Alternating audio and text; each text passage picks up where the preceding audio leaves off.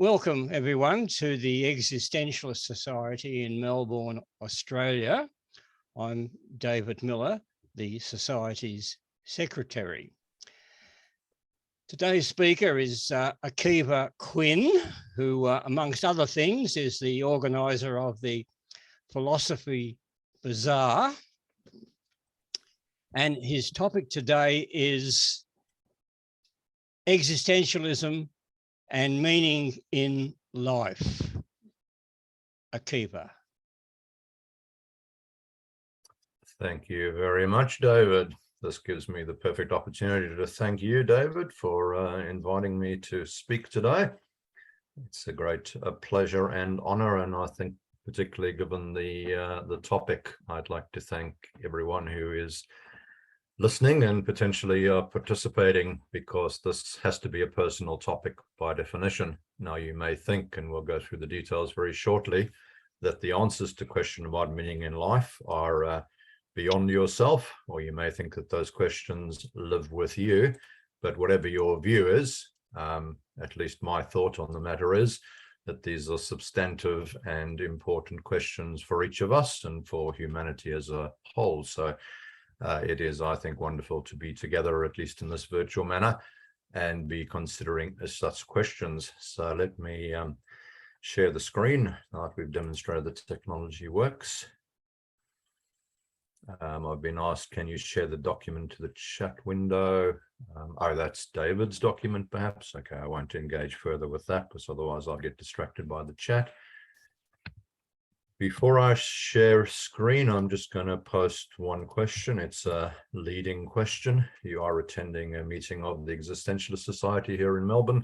So I'm about to ask you whether you are an existentialist, and if you'd like to offer just a few words by way of reasons as to why or why not. Now, of course, the chat is entirely an optional feature, but some people enjoy it. I probably won't be reading the chat, because once I share my screen, that's pretty much all I see in a few of your faces. So are you an existentialist? And, you know, the yes or the no may be interesting, but a brief reason as to why you are or why you are not would be fascinating. Some have already weighed in on this big time in comments on the meetup events. So I may know, I can see someone typing there, I may know what the answer will be. Thank you so much. Okay, let's get going.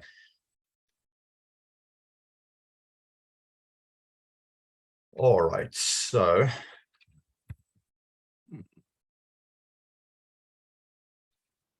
that's full screen. I can see some of you, the rest, wonderful to be speaking with you this afternoon, at least Melbourne time.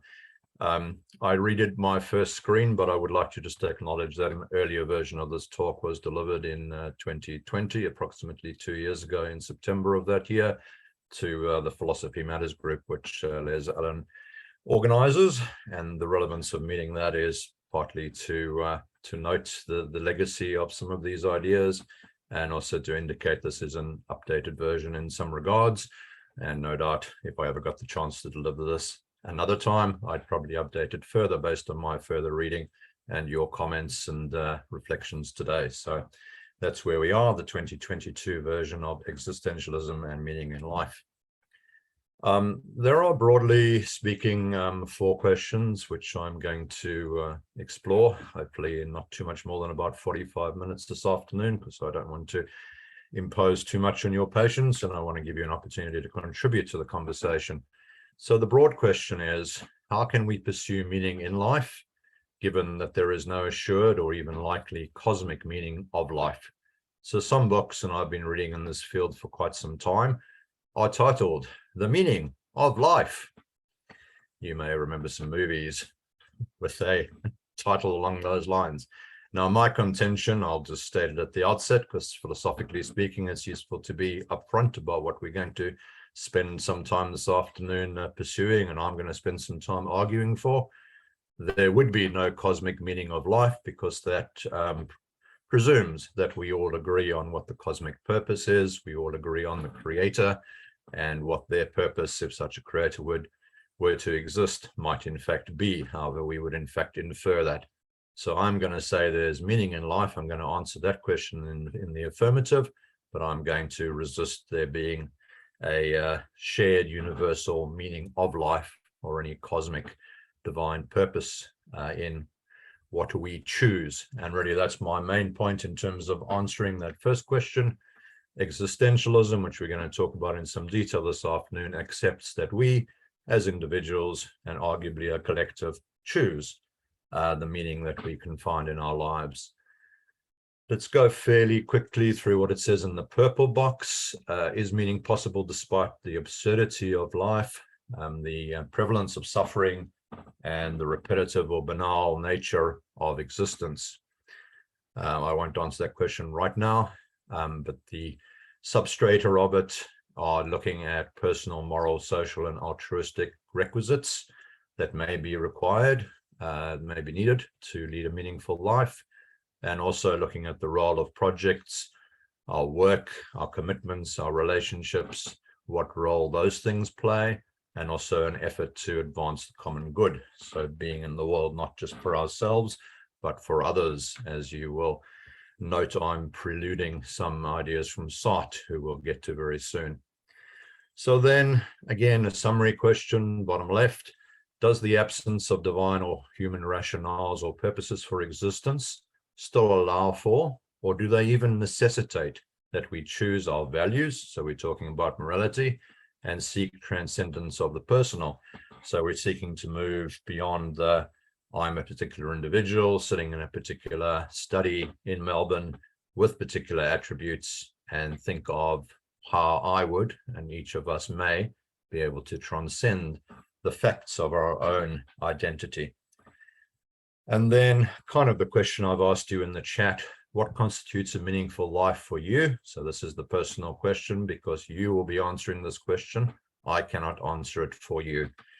And then you've got a range of choices in terms of literature, films, philosophical writing from the secular sphere, spiritual or religious writings that inform your sense of meaning and purpose, and therefore define for you what may in fact be an entirely workable and hopefully happy approach to meaning in life for yourself. So the blue box, that's for later in the discussion if you choose to share your approach. I'll try and be fairly brief with the brief history of existentialism. We could talk about this for half an hour or indeed for hours, but we don't have that kind of time if we're going to get onto the core topic, which is the approach that existentialism offers to the important topic of meaning in life.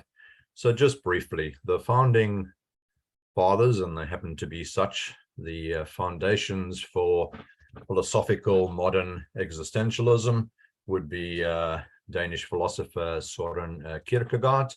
And there's one particular idea there, that life can only be understood backwards, but it must be lived forward. And that flows from his idea that, you know, we face existence, we must choose. We have personal responsibility there, but you may not be able to see the pattern of your life until, you know, most of it's been lived. Related to Kierkegaard, there's a group of well-known, for those who've studied any continental philosophy, there's a group of three, Husserl and Hegel. Hegel was earlier, who explored phenomenology, which kind of broadly speaking means the nature of experience, something to do with the nature of being. And we'll learn pretty quickly, if we don't already know, that existentialism is all about being or existence. So Heidegger, in paraphrase, says that existence is in fact our essence. So you'll see some nuance on that, but he is looking at being in the world. So, you know, a kind of a situated being where we're not just isolated individuals, but we engage with the world. Nietzsche, must have heard of him and are familiar with the quote that God is dead, he remains dead, we have killed him. So this is potentially opening up the idea of nihilism, where there is no external cosmic foundation for meaning, and Christian morality, which was his particular target, is deemed suspect, precarious, and arguably it needs to be replaced with something. Did Nietzsche replace it effectively with something, or do later thinkers come to our rescue in terms of thinking of a post-cosmic approach to morality and to existence and to meaning and to purpose in life? Buber is there to represent, along with Kierkegaard, the religious atheists. So we have the option to be agnostic, or sorry, that was religious existentialists. I realize I misspoke. So there's religious existentialists. Freud may have something to comment on that particular faux pas on my part. So we've got the religious existentialists like Kierkegaard and Buber, who will hold on to God, but still say it's a matter of us to choose how we are in the world, but we should choose according to particular divine principles. And Sartre and others who you'll meet shortly, if you don't already know their work, who are clearly atheist existentialists. De Beauvoir is in that category. She's also a feminist writer, as is well known. She says meaning is never fixed. Camus, also an existentialist and atheist, but also introduces the notion of the absurd, or the absurdity of the world. We'll get through that in a few minutes' time. And Frankl is looking at, existential analysis, and his well-known Man's Search for Meaning introduces logotherapy, which is an approach to being asked the question. Again, we'll cover that shortly. So a little potted, and apologies if I'm going a bit quickly, but I just want to get through some foundations, and we'll be more measured from this point, hopefully. Okay, so getting to the substance, there are leading lights in the pantheon of existentialism, and it's hard to read any introductory text or any kind of discussion at all on existentialism without Kierkegaard, who we've at least briefly met just a moment ago, Nietzsche, getting a pretty square, treatment, Heidegger, who we will talk about a little bit, and Jean-Paul Sartre. So those are often called the Big Four. And I'm going to pretty much start with Sartre and then deal with the moderns to give us a way of getting through contemporary approaches to existentialism and meaning in life. Sartre says this is one of his novels. Sartre was both a novelist, a playwright, and a hardcore philosopher. He wrote some pretty thick tomes, including Being and Nothingness, which is undoubtedly serious philosophy. Nausea, or nausea in the French, is looking at the contingency of existence. This is a novel. He describes a character who basically realizes that everything that exists, including humans, does so without necessity or reason. So you don't need to exist. It just so happens because of, the circumstances on this planet and the actions of your parents. Presumably, you just happen to come into existence at one particular point in time. There is no design or rationale, either divine or human, for existence. So that's the notion that we covered at the outset. That was the question that was raised.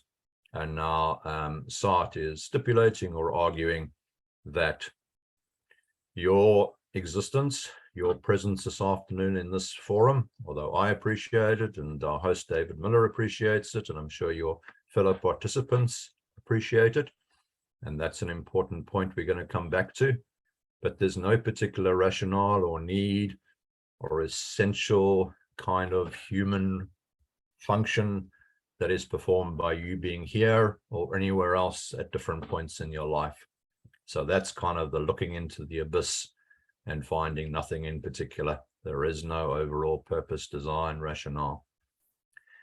All entities or existence, so us as beings, are contingent. So that's our final point there in the little blue boxes. And here's a quote from Nausea. I understood the nausea. I possessed it. To tell the truth, I did not formulate my discoveries to myself, but I think that now it would be easy for me to put them in words. The essential thing is contingency. I mean, that one cannot define existence as necessity. To exist is simply to be there. So you'd need to read more of Nausea than I've been able to share with you in just, a few minutes.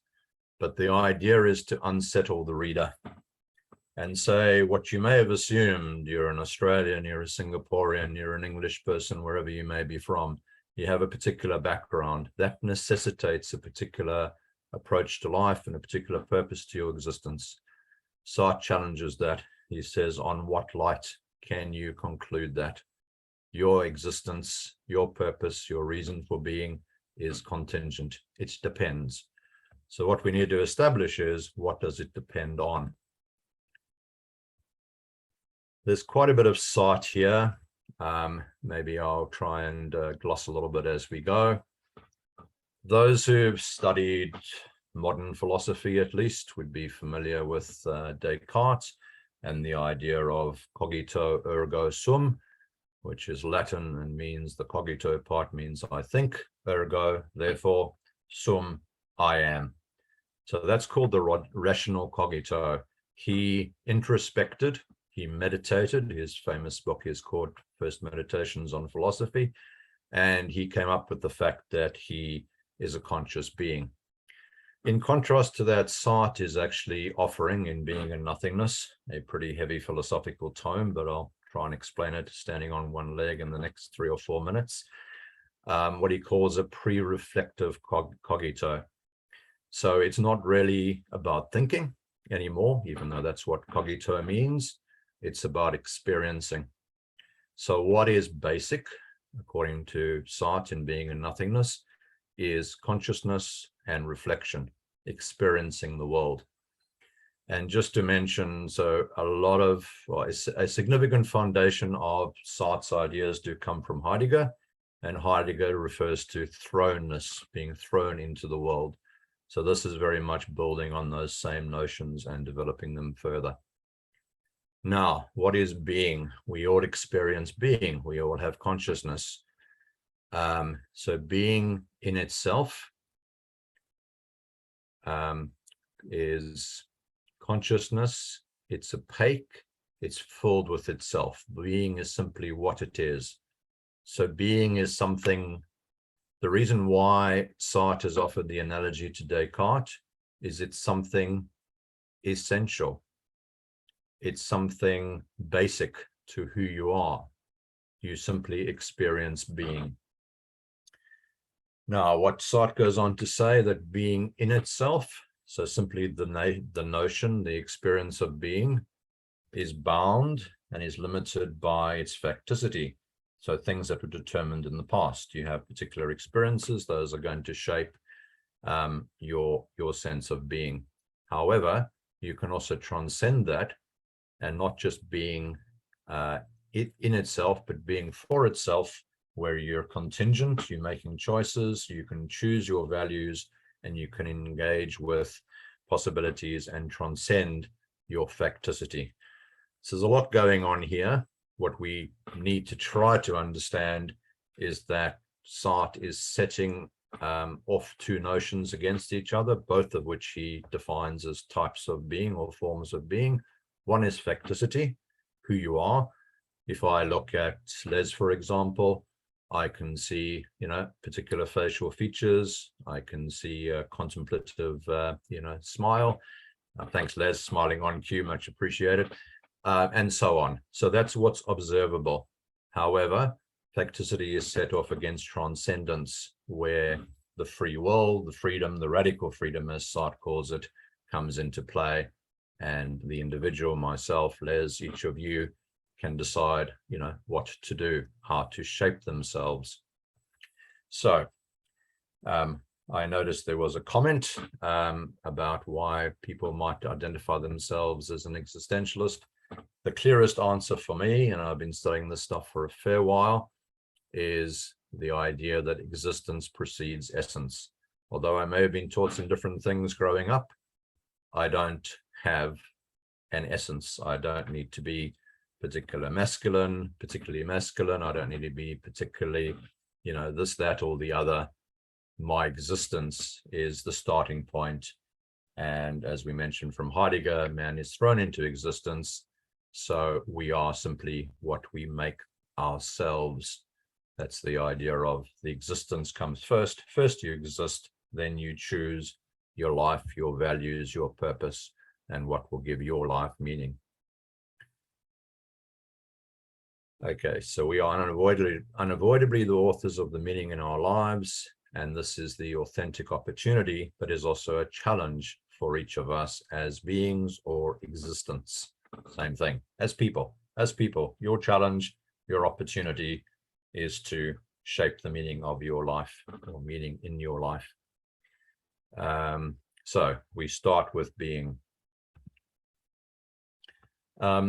Enter the picture also in the 1940s, largely based in Paris. There were lots of other things going on in Paris at that time, as is well known. Second World War, in other words. Camus, Albert Camus, was actually born in Algeria, but I guess of French extraction, and he spent some time during the war editing newspapers and things like that, and got to know Sartre very well. So they had a friendly rivalry, let's call it that.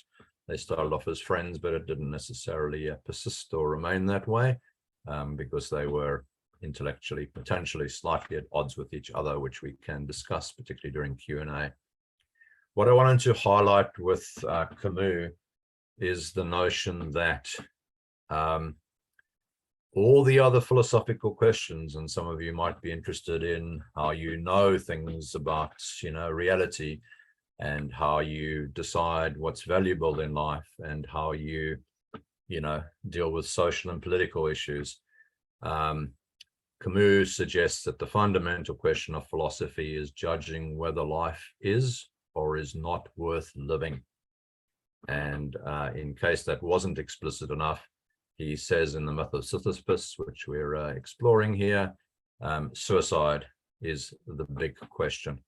So there's a certain pessimism that would appear to be creeping in there, raising its head, and he's suggesting we need to answer that question. His notion of the absurd then from Camus is that the absurd is born of the confrontation between the human need, nostalgia and longing for happiness, and the unreasonable silence of the world. So I'll try and emphasize this because it's a key point about what absurdity actually consists of. The world itself isn't absurd. The world is just objects.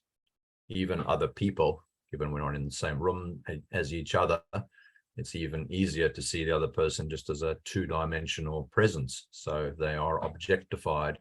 We gaze at them. We don't see their internals and their thinking unless we start a conversation, for example. So it's not that the world is absurd, but our relationship with the world, because we are confronted by silence.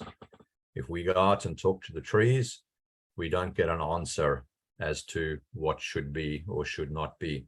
We get no confirmation basically about our being from talking, to the world. So that's the idea of absurdity. There's no inherent meaning that's written on the, on the mountains. They may be written on subway walls, but that's a slightly different notion that was put there by someone else. Okay. So Camus suggests we must set aside doctrine, and we must adopt the radical position of accepting our own consciousness. And we must, even as the absurd man, which he is pretty much identifying with in the Myth of Sisyphus, we must assume the weight of our own life. And he says, I must carry it alone. And Sartre wrote a commentary on The Outsider, which is another work by Camus, a fictional work written at about the same time as the Myth of Sisyphus, writes, the absurd man will not commit suicide. He wants to live without relinquishing any of his certainty, without a future, without hope, without illusions, and importantly, without resignation either. So suicide's the big question. And on my reading of them, certainly Sartre and equally Camus are both answering that challenge in the choose life manner. The absurd man can still deal with the silence of the world and craft his or her own future. Okay, the myth of Sisyphus. If you haven't seen it pictorially represented, then now you have an opportunity. There's this boulder, and Zeus has condemned this person, this man, to eternal punishment after he had cheated death. And his punishment is to forever roll the boulder up a hill. Once he's got it to the top of the hill, the boulder will roll down. Camus notes about this, that man going back down the hill, like Sisyphus, has a breathing space, and that is the hour of consciousness. So pushing, laboring to get the boulder to the top of the hill is, I guess, just dealing with the reality of life. But there's an hour of consciousness as the rock is released and he has freedom, let's say, from toil. Camus again, we conclude all is well, accepting our burden again, and like Sisyphus, we find this universe neither sterile nor futile. The struggle itself towards the height is enough to fill a man's heart. Okay, at the top of my screen, which you may be able to see if you've got full screen. Oh, I stopped the share. Apologies for that. That was a technical error. Wrong button. Okay. Let me share the screen again.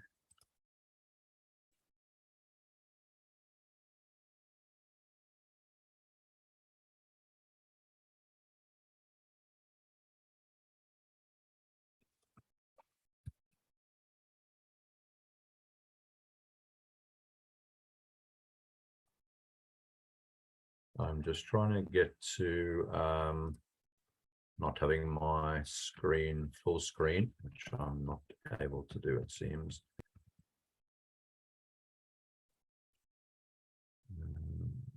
Sorry about this.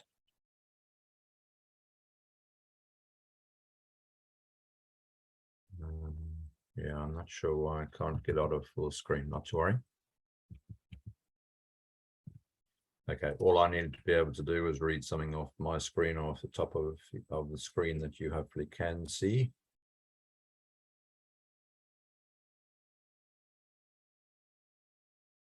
And that, well, I'm just going to gloss it. That is the notion that we must imagine Sisyphus happy because this is his fate, and he accepts the absurdity even of this particular set of circumstances.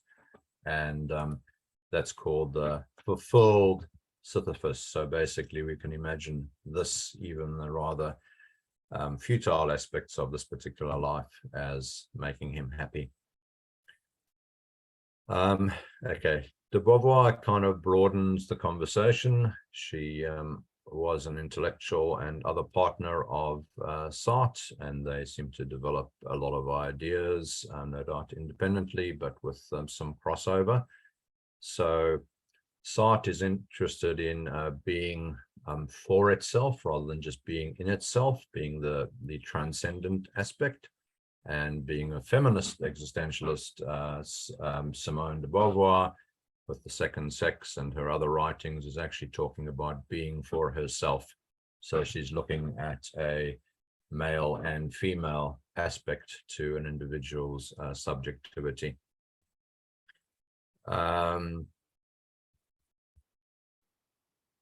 So she's also interested in relationships. So we need to basically combine our being in itself and our being for itself, with a modesty correlative to an authentic pride that would meet each other as fellows and allow for genuine mutual recognition.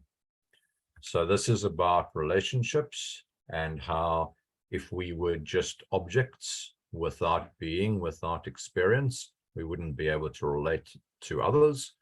And de Beauvoir at this point is expanding the notion of being for itself, which each of us experience, the nature of existence, with being for others, which is a relational awareness, not just of the fact that we are free, but that others have freedom as well.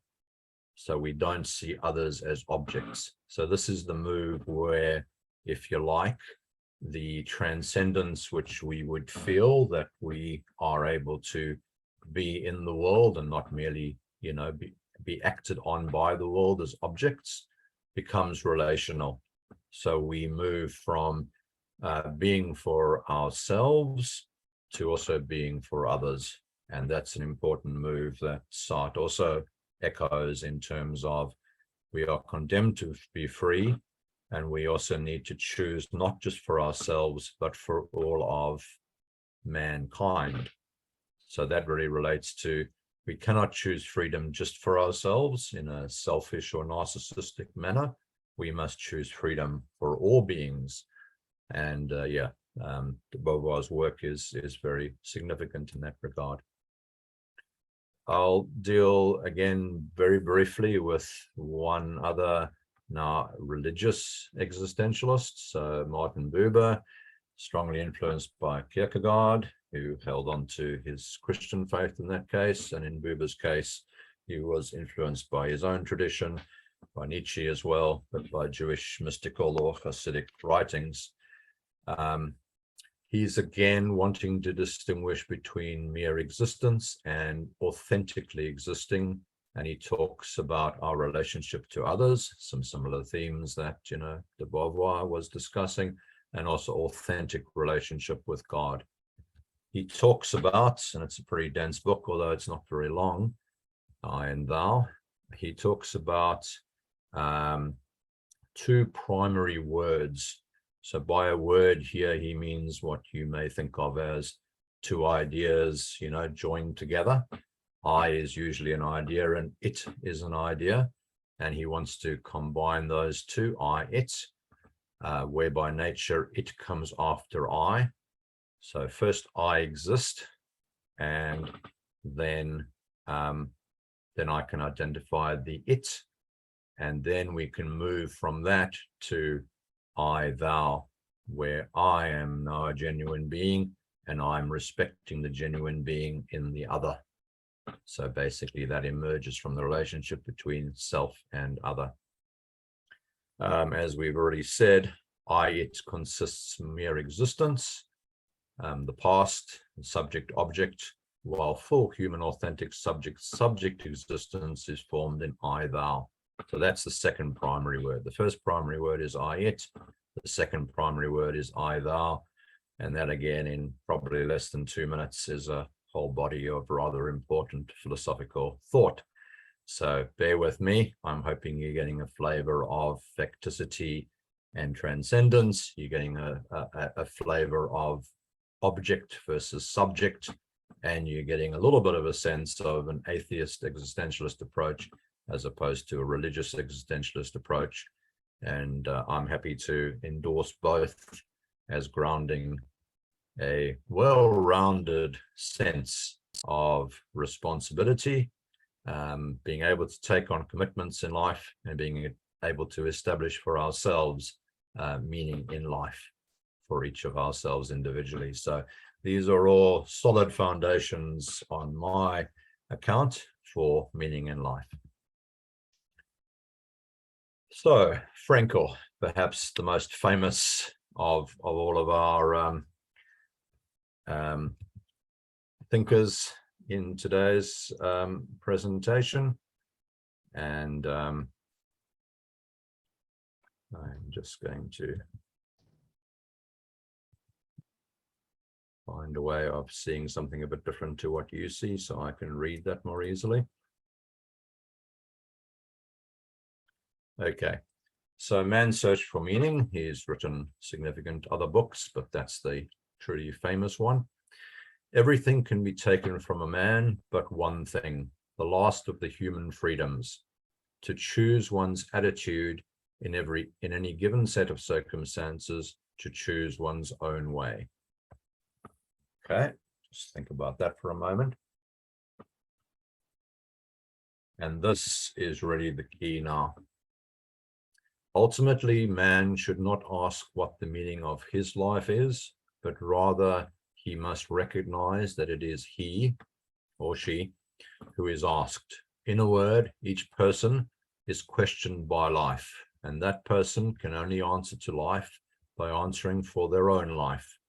To life, they can only respond by being responsible. Thus, logotherapy sees in responsibleness the very essence of human existence.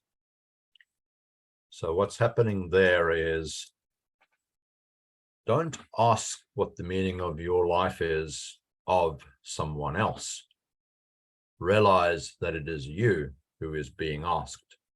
At that point, the responsibility, the radical freedom to choose, to commit yourself to a set of values and projects and relationships in your life is your responsibility. And that, if you like, is the key existentialist insight. I'm just going to jump to a few readings just so you can kind of see where we're going and where we've been. So where we've been is down the path with Sartre and Camus, pictured on the left. That's a book about Camus rather than his own writing. And we've just reminded ourselves, I'm sure most would be familiar with Viktor Frankl and the insights there about our search for ultimate meaning. We have one more chapter, so to speak, to go, which is a more contemporary writer, Susan Wolf, and looking at some of the fleshing out of these details in terms of relationships and projects and what's valuable. So a few slides to go. As promised, Susan Wolf pictured there. I put her and me because half of the slide is going to be Susan Wolf, and then you're going to get a few thought experiments from your presenter today on what may constitute a meaningful life. So Susan Wolf argues that meaning arises when subjective attractions. Akiva, can I just interject? You're not in full screen PowerPoint mode, so we're still seeing slide 10. Oh, I'm really sorry about that. That's okay.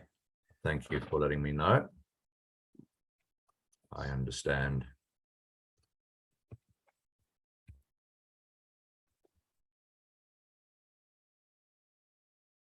Thank you very much for letting me know that. Okay, so slide 11. Susan Wolf argues that meaning arises when subjective attraction, by which she means what we like, what we are drawn to, what we think is valuable, when that meets objective attractiveness. That is, meaning comes from active engagement in projects of worth.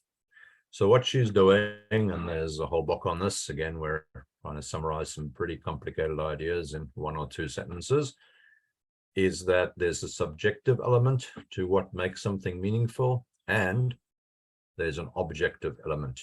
And it's a pretty complex philosophical question for those who are familiar with the field. And we're not going to answer it or settle it, at least during the presentation. Maybe we can work on it together during the Q&A. But that there is a to and fro between what you value and what the world or others will find valuable or worthwhile in discerning, in adjudicating and working out what is meaningful. So here's my thought experiment for us to contemplate, and I'm sure you'll have many examples and questions of your own based on what we've covered already this afternoon. So consider the authenticity, which is Sartre's word for living the life which actually is reflective of the radical freedom you have, and basically embracing your transcendence and not being simply locked into your own facticity and saying, oh, I can't do anything else. This is how I was brought up. So considering authenticity and the value of lives from both an insider perspective, which is subjective, and a relational or the external worth or objective perspective, just contemplate briefly a reclusive TV addict, basically sits at home, is an Uber consumer, by which I mean they consume a lot. They consume television, they order from their local supermarket, but they're isolated. So they're not actually engaging with other people. What do we think perhaps about the meaningfulness or otherwise of their life? Then we've got just a random example, of course, an isolated philosopher who writes, who presents, who may be distant at times from, everyday social engagement, but who is valued in their role, let's say, writing and presenting. So that's just a hypothetical character, of course, you do understand that. And that's an isolated philosopher who's at least making those kind of contributions. And then my third case study is the solo troll, unambiguously racist, throw in sexist and homophobic and various other things as well, if you like, self-satisfied, very pleased with their activities online, but their activities are very clearly hateful and cause great pain and discomfort to others. I guess they somehow skirt the line and stay roughly on the right side of the law, or hide their identity so they can continue to troll anonymously and get the pleasure which it affords them to do so. So those are your three characters. I'm sure you'll think of more.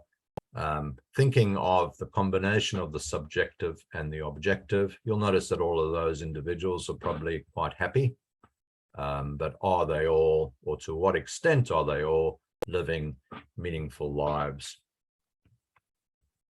All right, here's the final thoughts then. Conclusions or answers. Now, to some extent, they're my answers, which you'll see a bit further down the slide, but I'll start off with what I believe to be a pretty general existentialist answer to the question. We can, yes, we affirm, we can each pursue a meaningful life according to the lights of existentialism if we view the absurdity or the silence of the world through an optimistic lens. Note that Camus, I was suggesting, looked into the abyss and managed to, find answers. He answered life's challenges in the affirmative and found, I guess the meaning. So for me personally, and you'll have your own answers to these questions, I'm sure, I'm an existentialist, you'll have gathered that, and equally a humanist. And one of the references you'll see in a minute is a fairly slim novel by Sartre, which actually says existentialism is a humanism, and I think that the one entails the other. You could be a humanist for reasons other than being an existentialist, but as an existentialist, I equally identify as a humanist. I'm also an optimistic naturalist, so the alternatives there are to be a naturalist, in other words, to deny the existence of supernatural entities, but to be pessimistic. And some people may read Camus that way, or some parts of Camus' output that way. And that would also be called nihilism. And Nietzsche is read by many as a nihilist. So that's another discussion, in which case one's a pessimistic naturalist. Or equally on the optimistic side, generally, would be supernaturalists who believe in the mystical, the divine, and all sorts of other things, which are other ways of finding meaning in life, which is fine. You'll remember cogito ergo sum, I think, therefore I am. In conclusion, sum, I am. So that is existence. It precedes essence. Existence first, then essence follows. And we choose, in perfectly satisfactory ways, life and morality.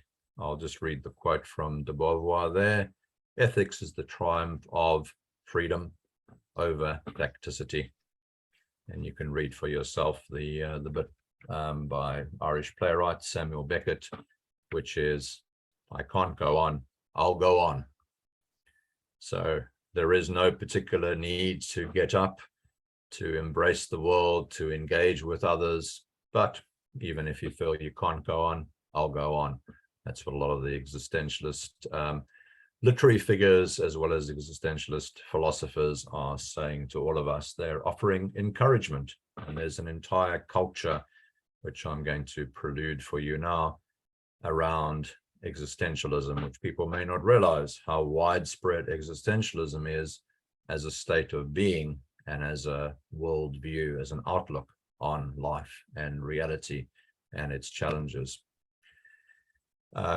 A quick shout out to another good friend of mine, Ken Young. We spoke just a month or so ago or so at one of David Miller's forums on morality and human flourishing.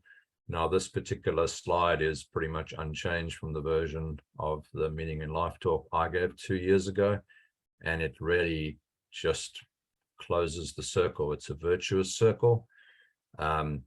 We have notions of meaning, which we have to choose for ourselves based on authenticity. We derive a morality. You can go around the circle either way you want. We derive morality arguably from our sense of, personal commitment and meaning. We derive from that based on principles that we establish, such as decency, dedication. We derive a life purpose, and that leads to flourishing. And again, flourishing is a positive feedback loop in terms of establishing meaning for ourselves and meaning for others.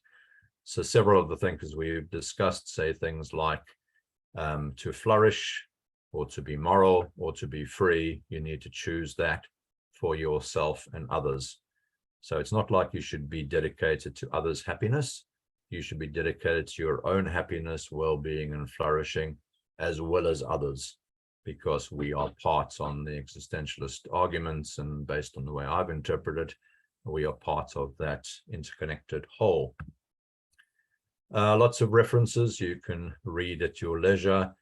I encountered some of these existentialist ideas through the writing of Camus, and The Outsider is a fabulous place to start. That's why it got a little bit of a highlighting.